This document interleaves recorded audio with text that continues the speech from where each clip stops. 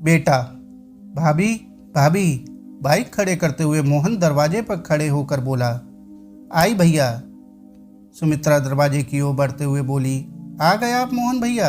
आप हाथ मुंह धो लीजिए, मैं खाना लगाती हूँ। तकरीबन 2-2:30 बजे प्रतिदिन की तरह दोपहर में खाना खाने फैक्ट्री से मोहन आया था। माँ बाबूजी कहाँ हैं भाभी? वो बुआ जी आई थी परिवार सहित, बस अभी थोड़ी देर पहले ही गई हैं। माँ बाबूजी अपने कमरे में आराम करने गए हैं। आप बैठिए, मैं खाना लगाती हूँ, कहकर सुमित्रा रसोई घर में चली गई। रसोई में मोहन की थाली सजाते सुमित्रा ने जैसे ही कढ़ाई से प्लेट हटाई, बामुश्किल उसमें 1 कटोरी कटहल की सब्जी बची थी। कितना पसंद है मोहन भैया को कटहल, बड़े चाव से खाते हैं। कल कितने अरमानों के साथ लाए थे। भाभी, आपके हाथों से बना कटहल, वाह, अलग ही स्वादिष्ट बनाती हो आप।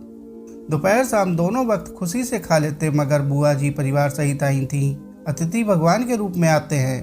उन्हें भी कटहल बेहद स्वाद लगा और अब केवल कढ़ाई में 1 कटोरी मात्र बचा है। खैर, माँ बाबूजी सभी ने खा लिया, मैं और मोहन भैया ही खाना खाने से बचे हैं। एक काम करती हूँ, उन्हें ये कटोरी भरकर दे देती हूँ। मैं उनके फैक्ट्री वापस जाने के बाद चाय के साथ रोटियों पर नमक लगाकर खा लूँगी। तभी अरे, लगता है मुन्ना उठ गया। ऐसे ही सो गया था, जरूर भूख लगी होगी। प्लेट हाथों में ले सुमित्रा बाहर की ओर आई। मोहन भैया, आप खाइए और रोटियां डिब्बे में हैं, पानी ले लेना। मुन्ना भूखा है, मैं उसे दूध पिला कर आती हूँ। जी भाभी, मोहन बोला। थोड़ी देर में मोहन ने आवाज़ लगाई। भाभी, मैंने खा लिया, मैं जा रहा हूँ, दरवाज़ा बंद कर लीजिए। ठीक है भैया, सुमित्रा बोली। बाहर आकर दरवाज़ा बंद करके रसोई घर में बर्तनों को समेटने चली गई। जैसे ही उसने कढ़ाई उठाई तो देखा उसमें कटहल की सब्जी लगभग उतनी ही पड़ी थी जितनी उसने मोहन को कटोरी में डाल कर दी थी। इससे पहले वो कुछ समझती, उसकी नज़र रोटियों के डिब्बे पर गई, जिस पर एक कागज पड़ा था, कुछ लिखा हुआ सा था।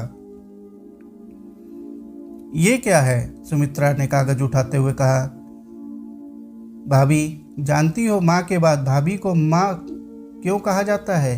क्योंकि वह आपकी तरह ममतामयी होती है, उसमें मातृत्व होता है।